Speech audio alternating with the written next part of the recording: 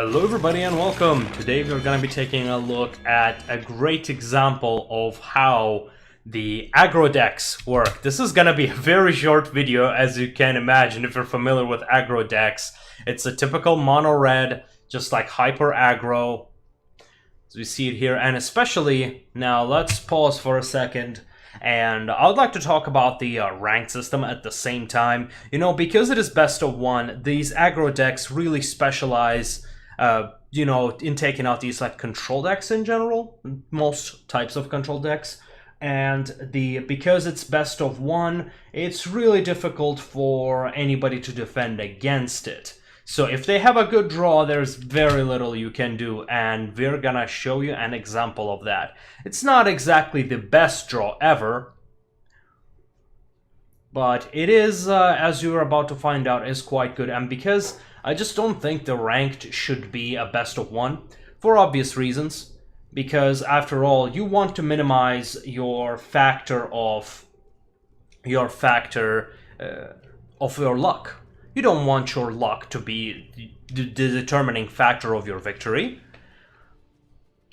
That's why you don't want these cards that are great against one matchup, aren't very good. That's why we have the sideboards, mulligans, things like that. That's what makes this game great. And so you see me trying to eliminate the cards from my opponent's hand to give myself a card advantage, and I see he's got a Lava Coil, Risk Factor, and a Lightning Strike. Since I don't have any creatures to block, I do not need to take out the Lava Coil. Risk Factor could be quite dangerous, but with the creatures he already has here, a 6-drop is not going to help, because I'm not going to be surviving until the turn 6. And because my opponent went first, see, in matchups like these where it is just essential you get the first play, becomes quite good. Now if we're in turn 3 and I'm halfway down already, oh boy, I need some removal cards. And no, it's another disinformation campaign. One of the biggest problems that I had was the Chemist's Insight starting in my hand.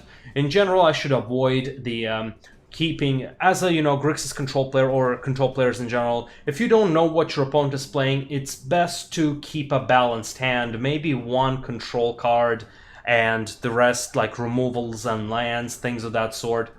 Something that can make you survive.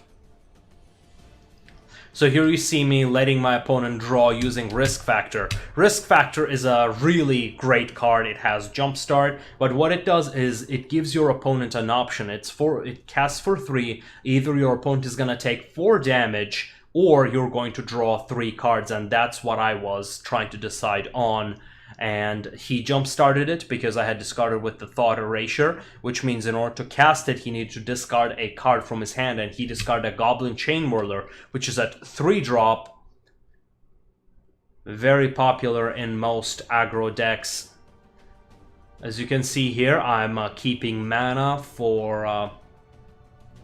my opponent pulled another Lightning Strike.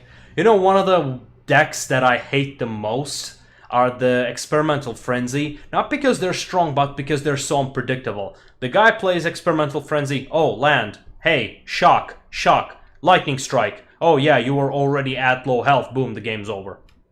You know, I mean, I feel like it's just a horribly designed card because you know the mono red is gonna use it. What is the fuel for mono red? It's cards. Now you gave them infinite amount of cards and added more randomness into your game, and it's completely random. If you get multiple lands, congratulations, you can't play anything.